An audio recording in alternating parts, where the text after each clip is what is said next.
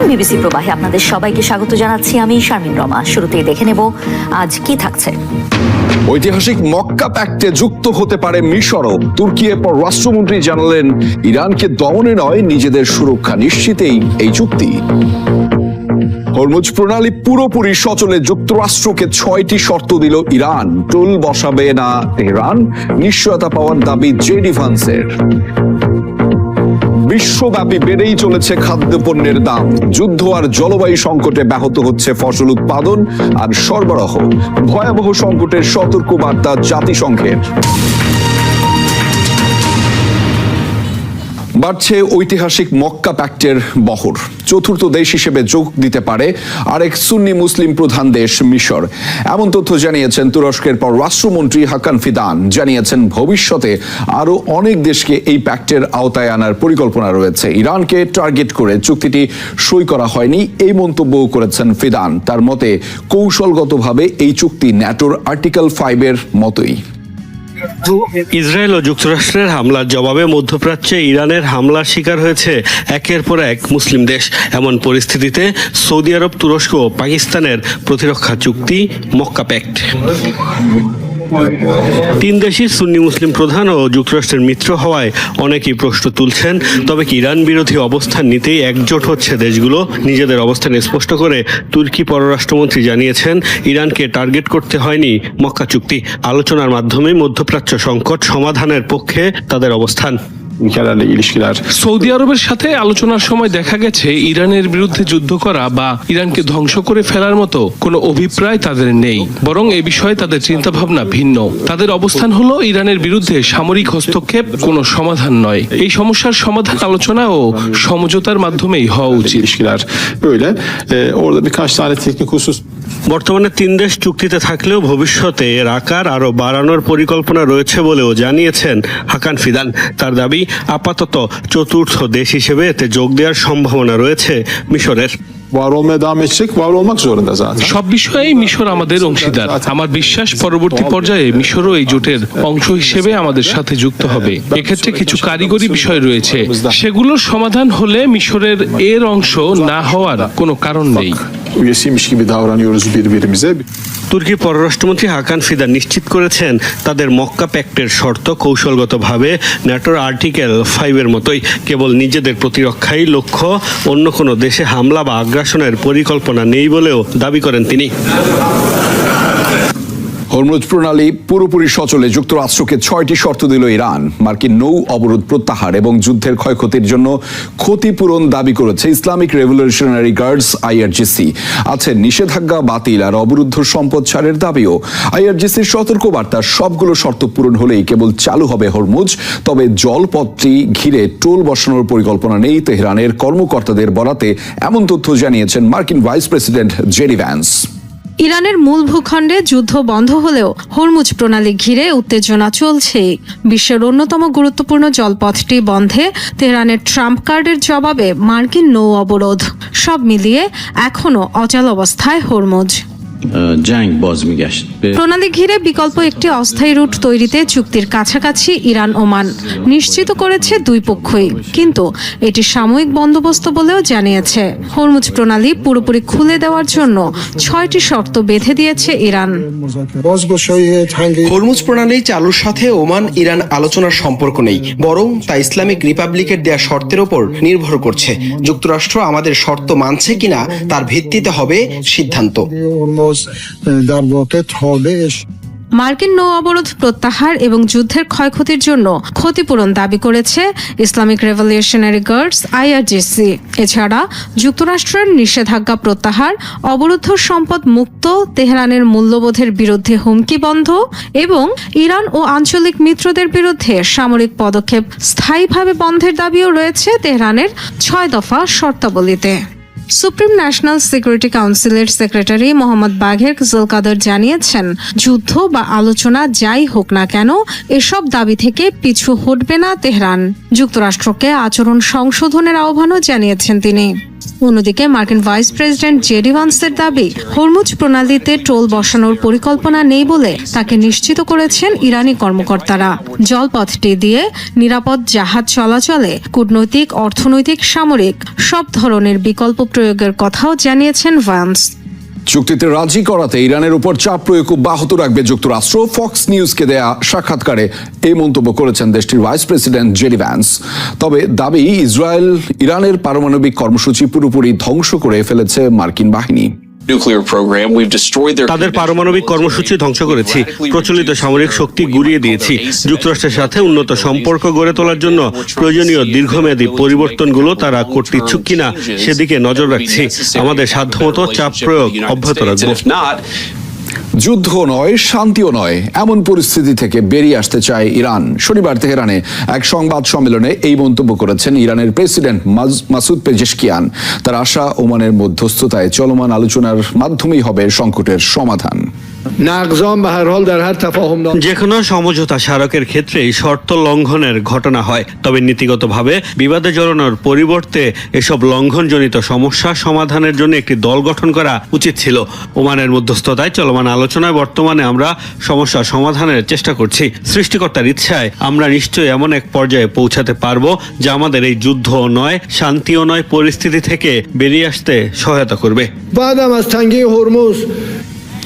অবস্থা নিয়ে ধোঁয়াশার মধ্যে ইরানের সর্বোচ্চ নেতা মুজতাবা খামেনির একটি ভিডিও ফুটেজ প্রকাশ করেছে দেশটির আধার রাষ্ট্রীয় সংবাদ সংস্থা মেহের নিউজ। শনিবার সোশ্যাল মিডিয়া প্ল্যাটফর্ম টেলিগ্রামে প্রকাশ করা হয় ভিডিওটি। তবে এটি কবে ও কোথায় ধারণ করা হয়েছে সে বিষয়ে কোনো তথ্য দেওয়া হয়নি।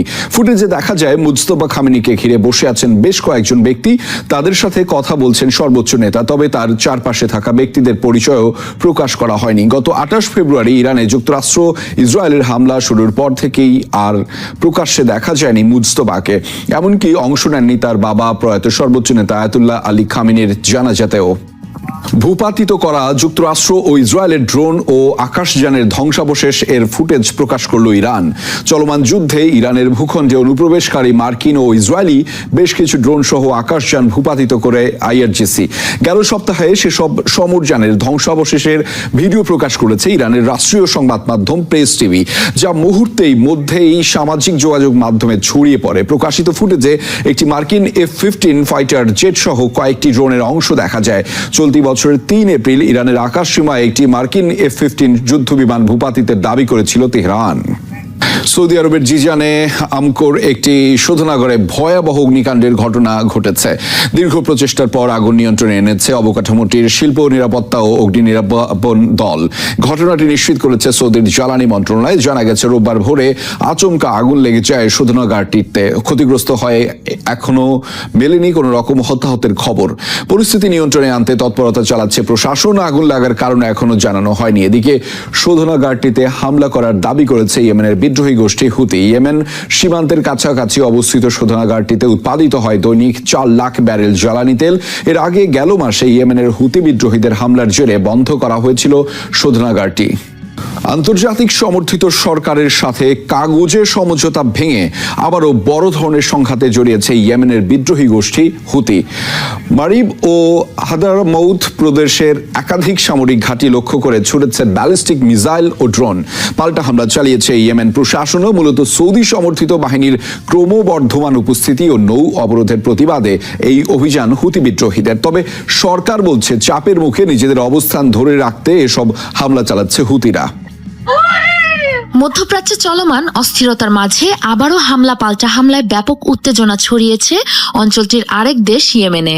আন্তর্জাতিকভাবে স্বীকৃত সরকারের সাথে পুরনো বিবাদে জড়িয়েছে হুতি বিদ্রোহী গোষ্ঠী।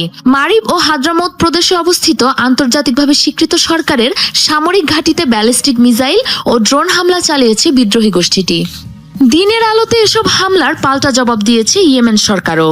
আল জৌফ প্রদেশে অবস্থিত বিমানবন্দর ও হুতি নিয়ন্ত্রিত বিভিন্ন সামরিক ঘাঁটি লক্ষ্য করে চলেছে অভিযান। প্রশ্ন উঠেছে, ঠিক কী কারণে নতুন করে দানা বাঁধছে দুপক্ষের সংঘাত? পূর্ব ইয়েমেনে সৌদি সমর্থিত বাহিনীর ক্রমবর্ধমান উপস্থিতি এবং সানার নৌ ও বিমানবন্দরগুলোতে সৌদি অবরোধ এই হামলার মূল কারণ বলে জানিয়েছে হুতিরা। মূল টার্গেটও ছিল মারিব, হাদ্রামত ও সৌদি সীমান্ত এলাকার পাহারায় থাকা হোমল্যান্ড শিল্ড ফোর্স। সেই সাথে রিয়াদ নেতৃত্বাধীন জোটের তত্ত্বাবধানে আল জৌফ ও হাদ্রামতের হুতি বিদ্রোহী ফ্রন্টলাইনের নিরাপত্তায় নিয়োজিত ইমার্জেন্সি রেসপন্স ফোর্সেসের ঘাঁটিও হয়েছে লক্ষ্যবস্তু। ইয়েমেন প্রশাসন বলছে, সামরিক ও রাজনৈতিক চাপের মুখে নিজেদের অবস্থান ধরে রাখতে এসব হামলা চালাচ্ছে হুতিরা। 2022 সালে এক অনানুষ্ঠানিক যুদ্ধবিরতির মধ্য দিয়ে কার্যত বন্ধ হয় হুতি ও সৌদি নেতৃত্বাধীন জোটের মধ্যকার সংঘাত। দীর্ঘ বিরতির পর সংঘাত আবারও মাথাচাড়া দিয়েছে ইরান যুক্তরাষ্ট্র যুদ্ধ ঘিরে। সবশেষ গেল মাসে সৌদি আরবের বেশ কিছু জাহাজে হামলা করার মধ্য দিয়ে দেশটির বিরুদ্ধে নৌ অবরোধ ঘোষণা করে হুতি গোষ্ঠী, যার জবাবে পশ্চিম ইয়েমেনের হুতি নিয়ন্ত্রিত এলাকাগুলোতে বিমান হামলা চালায় রিয়াদ, যা গেল 4 বছরে দুপক্ষের মধ্যে হওয়া সবচেয়ে বড় সংঘাত। দুপক্ষকে উত্তেজনা প্রশমনের আহ্বান জানিয়েছে জাতিসংঘ। তবে বর্তমান পরিস্থিতিতে দেখা দিয়েছে আবারও বড় ধরনের যুদ্ধ বেঁধে যাওয়ার শঙ্কা। যুক্তরাষ্ট্রের সাবেক প্রেসিডেন্ট জো বাইডেনের হাড় সহ শরীরের অন্যান্য অঙ্গ প্রত্যঙ্গে ছড়িয়ে পড়েছে ক্যান্সার।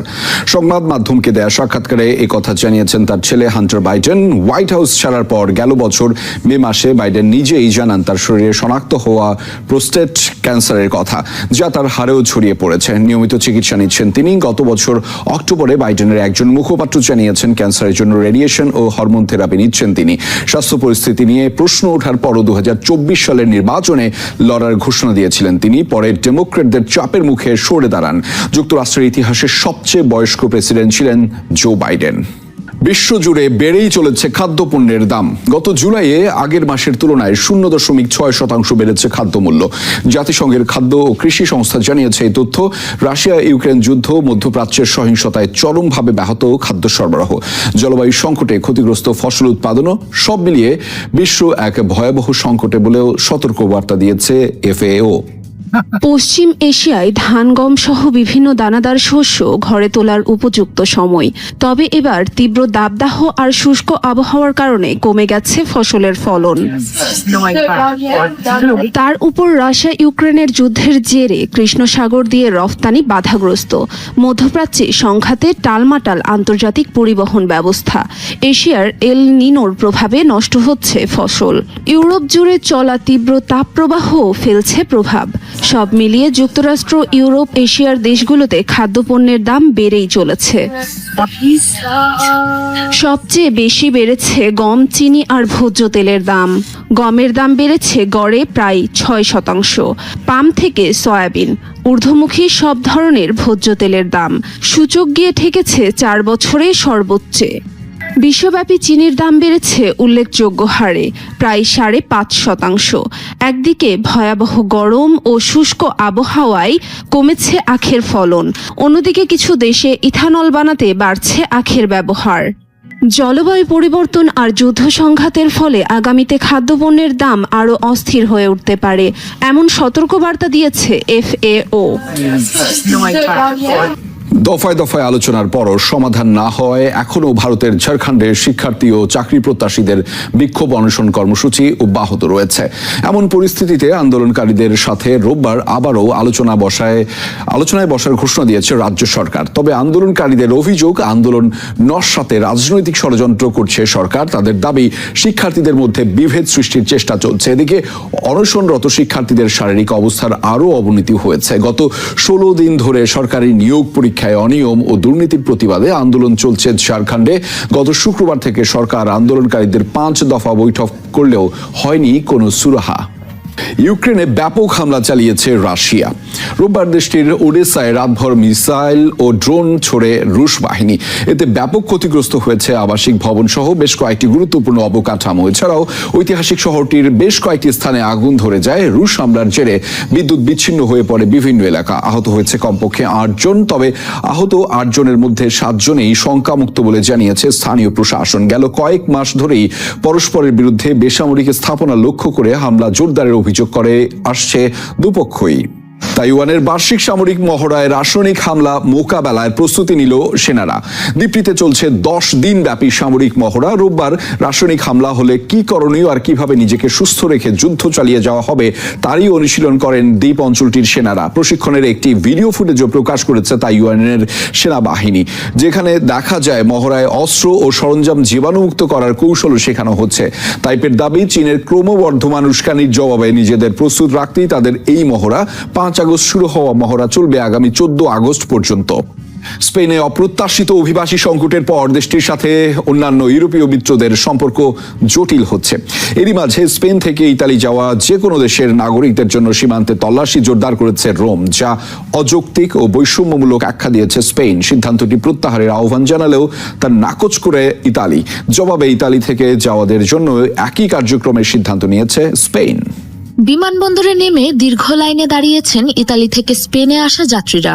একে একে তাদের পাসপোর্ট ও অন্যান্য নথি খতিয়ে দেখছে এয়ারপোর্ট সিকিউরিটি। সম্প্রতি স্পেনে ঘটে যাওয়া অপ্রত্যাশিত অভিবাসন সংকটের পর বেশ টানাপোড়েনের মুখে পড়েছে রোম মাদ্রিদ সম্পর্ক। কোন রকম পূর্ব ঘোষণা ছাড়াই চলতি মাসের শুরু থেকে স্পেন থেকে ইতালি যাওয়া যে কোনো তৃতীয় দেশের যাত্রীদের তল্লাশির সিদ্ধান্ত নিয়েছে রোম।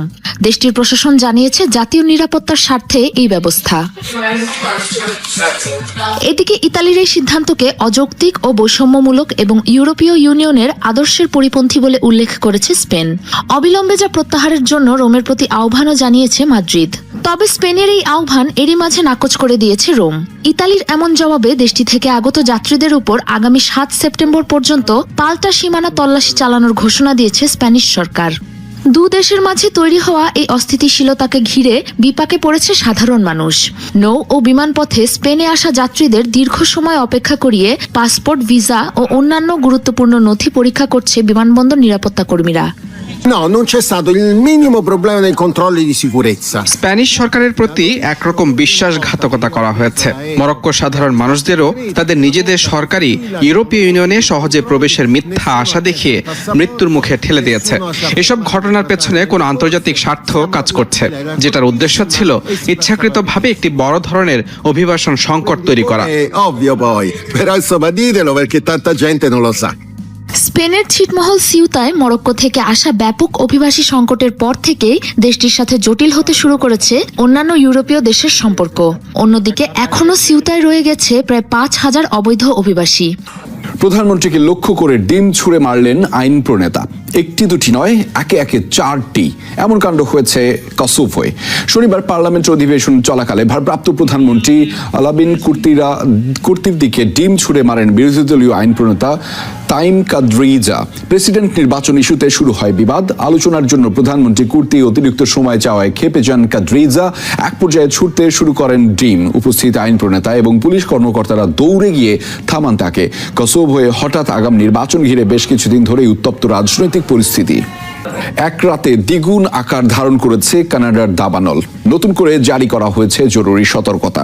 শনিবার দাবানল ছড়িয়ে পড়ে দেশটির পশ্চিমাঞ্চলের 9,000 হেক্টরের বেশি এলাকায়, যার কারণে সরিয়ে নেওয়া হয়েছে ব্রিটিশ কলম্বিয়ার 20,000-এর বেশি মানুষকে। বন্ধ করে দেওয়া হয়েছে এই এলাকার হাইওয়ে।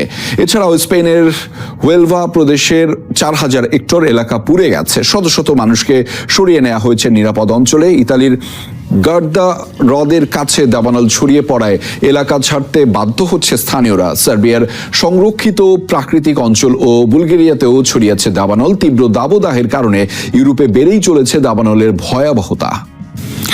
ব্রাজিলের রিও ডি জেনেরিওতে হেলিকপ্টার বিধ্বস্ত হয়ে প্রাণ হারিয়েছেন পাইলট সহ 4 জন। শনিবার এই তথ্য নিশ্চিত করেছে দেশটির মিলিটারি ফায়ার ডিপার্টমেন্ট। প্রাথমিক তদন্তে জানা যায় একই পরিবারের 3 কলম্বিয়ান নারী পর্যটক দর্শনীয় স্থান ভ্রমণে গিয়েছিলেন।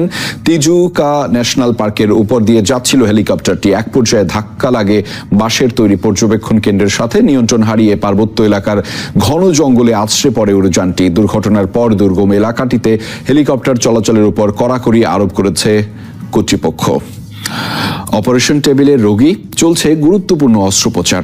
এমন সময়ে শুরু হওয়া ভয়াবহ ভূমিকম্পে কাঁপছে চারদিক। জাপানের ভূমিকম্পের সময় ধারণ করা এমন ভিডিও এরই মাঝে ব্যাপক সাড়া ফেলেছে নেট দুনিয়ায়। ভিডিওতে দেখা যায় কুমামোতে জেনারেল হাসপাতালের ওটিতে জটিল অস্ত্রোপচারে ব্যস্ত ছিলেন চিকিৎসকরা। এমন সময় ভূমিকম্প শুরু হলে ভয়াবহভাবে কাঁপতে শুরু করে সবকিছু। কোনো কিছুর তোয়াক্কা না করে রোগীকে বাঁচাতে অপারেটিং টেবিল চেপে ধরে দাঁড়িয়ে যান দুজন চিকিৎসক। অন্যদিকে মূল্যবান চিকিৎসা সামগ্রীর ক্ষতি ঠেকাতে ছোটাছুটি শুরু করে বাকিরা। ধীরে ধীরে পরিস্থিতি স্বাভাবিক হতে শুরু করলে পুনরায় অস্ত্রোপচার শুরু করেন চিকিৎসকরা। হরমুজ প্রণালী কি এবার খুলে যাচ্ছে? ওমান বলছে ইরানের সঙ্গে আলোচনা ইতিবাচক ও গঠনমূলক, এমনকি সমঝোতাও প্রায় চূড়ান্ত। কিন্তু তেহরানের কথায় মিলছে অন্য ইঙ্গিত। ওমানের সঙ্গে চুক্তি হলেই যে হরমুজ খুলে যাবে তা নয়। তেহরানের বার্তা স্পষ্ট, প্রণালীটি পুরোপুরি খুলে দেওয়ার বিষয়টি নির্ভর করবে যুক্তরাষ্ট্রের কয়েকটি পদক্ষেপের উপর। ফলে কূটনীতির টেবিলে সমাধানের সম্ভাবনা তৈরি হলেও হরমুজ ঘিরে সামরিক উত্তেজনা এখনো কাটেনি। আলোচনা থেকে যে পরিকল্পনার কথা সামনে এসেছে তাতে ইরান ও ওমান নিজেদের জলসীমায় জাহাজ চলাচলের জন্য আলাদা দুটি পথ বা লেন চালু করতে পারে। পরিকল্পনা অনুযায়ী ইরানের জলসীমা দিয়ে আসা জাহাজ চলবে উত্তর লেনে, আর হরমুজ থেকে বেরিয়ে যাওয়া জাহাজ ওমানের জলসীমা দিয়ে দক্ষিণ লেন ব্যবহার করবে। পুরো ব্যবস্থাটি দুই দেশের কর্মকর্তারা সমন্বয় করে পরিচালনা করবেন। ইরানের আধা সরকারি ফার্স নিউজ জানিয়েছে, শুরুতেই দুই দেশের আলাদা রুট সাময়িকভাবে চালু করা হতে পারে। পরে জাহাজ চলাচল একটি কেন্দ্রীয় করিডোরে নেওয়ার পরিকল্পনা রয়েছে। আগত জাহাজের চলাচল দেখবে ইরান, আর বেরিয়ে যাওয়া জাহাজ তদারক করবে ওমান। মার্কিন গণমাধ্যমের প্রতিবেদনে বলা হয়েছে, প্রস্তাবিত এই অন্তর্বর্তী ব্যবস্থার মেয়াদ হতে পারে 60 দিন, যা পরে বাড়ানোর সুযোগও থাকবে। একই সঙ্গে নৌ মাইন সরানো, সামরিক জাহাজের চলাচল এবং বাণিজ্যিক জাহাজের মাশুল নিয়েও আলোচনা হচ্ছে। শুধু ওমানের সঙ্গে সমঝোতা হলেই প্রণালী খুলে দেবে না তেহরান। ইরানের পররাষ্ট্রমন্ত্রী আব্বাস আরাকচির দাবি, জুনে যুদ্ধবিরতি চুক্তি ভাঙার জন্য যুক্তরাষ্ট্রকে ক্ষতিপূরণ দিতে হবে। এর পাশাপাশি ইরানের নিরাপত্তা প্রধান মোহাম্মদ বাকির জোলকাদর বলেছেন, ওয়াশিংটন আচরণ সংশোধন না করা পর্যন্ত হরমুজ পুরোপুরি খুলবে না। তেহরানের দাবি, ওয়াশিংটনকে মানতে হবে 6টি শর্ত। এর মধ্যে রয়েছে ইরানের বিরুদ্ধে হুমকি বন্ধ করা, ইরানের বন্দরগুলোর উপর থেকে নৌ অবরোধ তুলে নেওয়া এবং বিদেশে জব্দ থাকা ইরানের সম্পদ মুক্ত করা। পাশাপাশি জুনের সমঝোতা স্মারক লঙ্ঘনের জন্য ইরানকে ক্ষতিপূরণ দিতে হবে। ইরানের সঙ্গে সমন্বয় ছাড়া দক্ষিণ ওমানের নৌপথ ব্যবহারের উদ্যোগ বন্ধ করা এবং লেবাননে ইসরায়েলি হামলা বন্ধে যুক্তরাষ্ট্রকে পদক্ষেপ নেওয়ার দাবিও রয়েছে। ইরানের ইসলামিক রেভলিউশনারি গার্ড কোর বা আইআরজিসি বলছে, হরমুজ খুলে দেওয়া কোনো সাধারণ চুক্তির বিষয় নয়, এর জন্য রয়েছে নিজস্ব নির্দিষ্ট প্রক্রিয়া। আইআরজিসির দাবি, ইরানের শর্ত পূরণ না হলে হরমুজ খোলার সুযোগ নেই। এদিকে ট্রাম্প বলছেন, ইরানের সঙ্গে শিগগিরই চুক্তি হতে পারে। তবে ভাইস প্রেসিডেন্ট জেডি ভ্যান্স বলছেন, অগ্রগতি হলেও এখনো অনেক কাজ বাকি। তার মতে, এখন সবচেয়ে জরুরি হলো জাহাজ চলাচলের জন্য একটি নিরাপদ ব্যবস্থা তৈরি করা। হরমুজ দিয়ে যাওয়া জাহাজের কাছ থেকে ইরান টোল নেবে কিনা তা নিয়েও মতবিরোধ রয়েছে। এর আগে একজন ইরানি কর্মকর্তার বরাতে রয়টার্স জানিয়েছিল, জাহাজের পণ্যের মূল্যের 5 থেকে 7% পর্যন্ত টোল দাবি করছে তেহরান। তবে ভ্যান্স এই দাবি নাকচ করে বলেছেন, ইরান যুক্তরাষ্ট্রকে জানিয়েছে হরমুজে টোল নেওয়ার কোনো পরিকল্পনা নেই। হরমুজ প্রণালী নিয়ে ইরান ও ওমানের দুই দেশেরই দাবি রয়েছে, কারণ প্রণালীর কিছু অংশে দুই দেশেরই বিশেষ অর্থনৈতিক অঞ্চল বা ইইজেড রয়েছে। এসব এলাকায় প্রাকৃতিক সম্পদ ব্যবহারে সংশ্লিষ্ট দেশের বিশেষ অধিকার থাকে। তবে আন্তর্জাতিক সমুদ্র আইন অনুযায়ী অন্য দেশের জাহাজকে নির্দিষ্ট শর্তে এসব জলসীমা দিয়ে চলাচলের সুযোগ দিতে হয়। নিরাপত্তার স্বার্থে কিছু ক্ষেত্রে সেই চলাচলে বিধিনিষেধ আরোপ করা গেলেও পুরোপুরি বাধা দেওয়ার সুযোগ সীমিত। ফলে হরমুজ নিয়ে ইরান ও ওমানের আলোচনা শুধু রাজনৈতিক নয়, এর সঙ্গে জড়িয়ে আছে দুই দেশের জলসীমার অধিকার, আন্তর্জাতিক আইন ও নিরাপত্তার প্রশ্ন। হরমুজ নিয়ে যখন ইরান ও ওমান সমঝোতার চেষ্টা চলছে, তখন সমুদ্রে হামলার ঘটনা নতুন করে উদ্বেগ বাড়িয়েছে। 8 আগস্ট সংযুক্ত আরব আমিরাতের দাবি, হরমুজ পার হওয়ার সময় দেশটির রাষ্ট্রীয় মালিকানাধীন তেল কোম্পানি অ্যাডনকের একটি ট্যাঙ্কারকে লক্ষ্য করে হামলা করে ইরান। এতে জাহাজটি ক্ষতিগ্রস্ত হলেও কেউ হতাহত হয়নি। ইউএই ও উপসাগরীয় সহযোগিতা পরিষদ বা জিসিসি এ হামলার জন্য সরাসরি ইরানকে দায়ী করেছে। একই দিনে যুক্তরাজ্যের মেরিটাইম ট্রেড অপারেশনস বা ইউকেএমটিও জানিয়েছে, একই দিনে ওমানের উপকূলের কাছে আরেকটি জাহাজ অজ্ঞাত বস্তুর আঘাতে ক্ষতিগ্রস্ত হয়েছে। এতে আগুন ধরে গেলেও পরে তা নিয়ন্ত্রণে আনা হয়। কোনো হতাহতের ঘটনা ঘটেনি। তবে এই জাহাজটি অ্যাডনকের ট্যাঙ্কার কিনা তা নিশ্চিত নয়। এখন হরমুজ নিয়ে দুটি বিষয় সবচেয়ে বেশি গুরুত্বপূর্ণ। প্রথমত, ইরান ও ওমান সীমিতভাবে জাহাজ চলাচল শুরু করতে পারে। দ্বিতীয়ত, হরমুজ পুরোপুরি খুলতে ইরান ও যুক্তরাষ্ট্রের মধ্যে বড় ধরনের সমঝোতা দরকার। এর সঙ্গে জড়িয়ে আছে ইরানের পারমাণবিক কর্মসূচি, ইউরেনিয়াম সমৃদ্ধকরণ এবং মার্কিন নিষেধাজ্ঞার মতো বড় বিষয়ও। তাই ওমানের সঙ্গে সমঝোতা হলেও হরমুজ একেবারেই আগের মতো খুলে যাওয়ার নিশ্চয়তা নেই। আপাতত সীমিত জাহাজ চলাচল শুরু হতে পারে, কিন্তু পুরোপুরি স্বাভাবিক করতে হলে দরকার ইরান যুক্তরাষ্ট্রের বড় সমঝোতা। আর সেই সমঝোতার মাঝেই যদি আবার কোনো জাহাজে হামলা হয়, তাহলে ভেস্তে যেতে পারে এতদিনের কূটনৈতিক অগ্রগতিও। মধ্যপ্রাচ্যে ইসরায়েলকে ঘিরে উত্তেজনার মধ্যে মুসলিম দেশগুলোকে এক হওয়ার আহ্বান জানিয়েছেন পাকিস্তানের প্রতিরক্ষা মন্ত্রী খাজা আসিফ। তার মতে ইসরায়েল মুসলিম বিশ্বের জন্য বড় হুমকি। এই হুমকি মোকাবিলায় মুসলিম দেশগুলোর মধ্যে সামরিক জোট গঠন করা দরকার। পাকিস্তান, সৌদি আরব ও তুরস্কের মধ্যে নতুন প্রতিরক্ষা চুক্তি সই হওয়ার পরদিন অর্থাৎ ৮ আগস্ট এক সাক্ষাৎকারে এসব কথা বলেন আসিফ। ইসরায়েলকে অবৈধ রাষ্ট্র উল্লেখ করে আসিফ বলেন, দেশটি 1917 সালের ঘোষণায় ব্রিটিশ সরকার ফিলিস্তিনে ইহুদিদের জন্য একটি জাতীয় আবাসভূমি প্রতিষ্ঠার প্রতি সমর্থন জানিয়েছিল। এর প্রায় 30 বছর পর 1948 সালে ইসরায়েল রাষ্ট্র প্রতিষ্ঠিত হয়। ইসরায়েল নিয়ে আসিফের কঠোর মন্তব্য অবশ্য নতুন নয়। এর আগেও সামাজিক যোগাযোগ মাধ্যমে পোস্টের মাধ্যমে দেশটিকে শয়তান, মানবতার জন্য অভিশাপ এবং ক্যান্সার আক্রান্ত রাষ্ট্র বলে সমালোচনা করেছেন। পাশাপাশি ইউরোপীয় ইহুদিদের হটানোর আহ্বানও জানিয়েছিলেন। পরে অবশ্য তার পোস্টগুলো মুছে ফেলা হয়। ইসরায়েলের আগামী 27 অক্টোবরের নির্বাচন নিয়েও কথা বলেছেন আসিফ। তার মতে প্রধানমন্ত্রী বেনিয়ামিন নেতানিয়াহু নির্বাচনে হেরে গেলেও ইসরায়েলের নীতিতে বড় পরিবর্তন হবে না। জেরুজালেমের ক্ষমতায় নেতানিয়াহু, সাবেক প্রধানমন্ত্রী নাফতালি বেনেট বা অন্য কেউ যেই আসুন, ফিলিস্তিনিদের প্রতি ইসরায়েলের মনোভাব বদলাবে না। আসিফের অভিযোগ, ইসরায়েল মুসলিম দেশগুলোকে একে অপরের বিরুদ্ধে উস্কে দিচ্ছে। তাই ফিলিস্তিন সমস্যার স্থায়ী সমাধান না হওয়া পর্যন্ত মুসলিম দেশগুলোকে ইসরায়েলের বিরুদ্ধে একসঙ্গে দাঁড়াতে হবে। পাকিস্তান ও ইসরায়েলের মধ্যে কোনো কূটনৈতিক সম্পর্ক নেই। 1947 সালে জাতিসংঘে ইসরায়েল রাষ্ট্র প্রতিষ্ঠার বিপক্ষে ভোট দিয়েছিল পাকিস্তান। এখনো ইসরায়েলকে স্বীকৃতি দেয়নি দেশটি। পূর্ব জেরুজালেমকে রাজধানী করে 1967 সালের আগের সীমানা অনুযায়ী স্বাধীন ফিলিস্তিন রাষ্ট্র প্রতিষ্ঠিত না হওয়া পর্যন্ত ইসরায়েলকে স্বীকৃতি দেবে না বলে জানিয়েছে ইসলামাবাদ। এদিকে নতুন প্রতিরক্ষা জোট নিয়েও গুরুত্বপূর্ণ তথ্য দিয়েছেন তুরস্কের পররাষ্ট্রমন্ত্রী হাকান ফিদান। তিনি বলেছেন, পাকিস্তান, সৌদি আরব ও তুরস্কের চুক্তিটি অনেকটা ন্যাটোর অনুচ্ছেদ 5-এর মতো। অর্থাৎ 3 দেশের কোনো একটির উপর হামলা হলে সেটিকে অন্য 2 দেশের উপরও হামলা হিসেবে দেখা হবে। এই জোটে ন্যাটোর মতো একটি মন্ত্রী পর্যায়ের কমিটি এবং সৌদি আরবে একটি সাধারণ সচিবালয় গঠনের পরিকল্পনা রয়েছে। কিছু কারিগরি বিষয় ঠিক হয়ে গেলে মিশরও এই জোটে যোগ দিতে পারে। খাজা আসিফের বক্তব্যের বিষয়ে ইসরায়েল এখনো কোনো তাৎক্ষণিক প্রতিক্রিয়া জানায়নি। তবে পাকিস্তান, সৌদি আরব ও তুরস্কের নতুন সামরিক সহযোগিতা যদি আরো বিস্তৃত হয়, তাহলে মধ্যপ্রাচ্যের নিরাপত্তার রাজনীতিতে নতুন সমীকরণ তৈরি হতে পারে। সবাইকে শুভকামনা জানিয়ে আমি শারমিন রমাজ এখানে বিদায় নিচ্ছি। ভালো থাকবেন।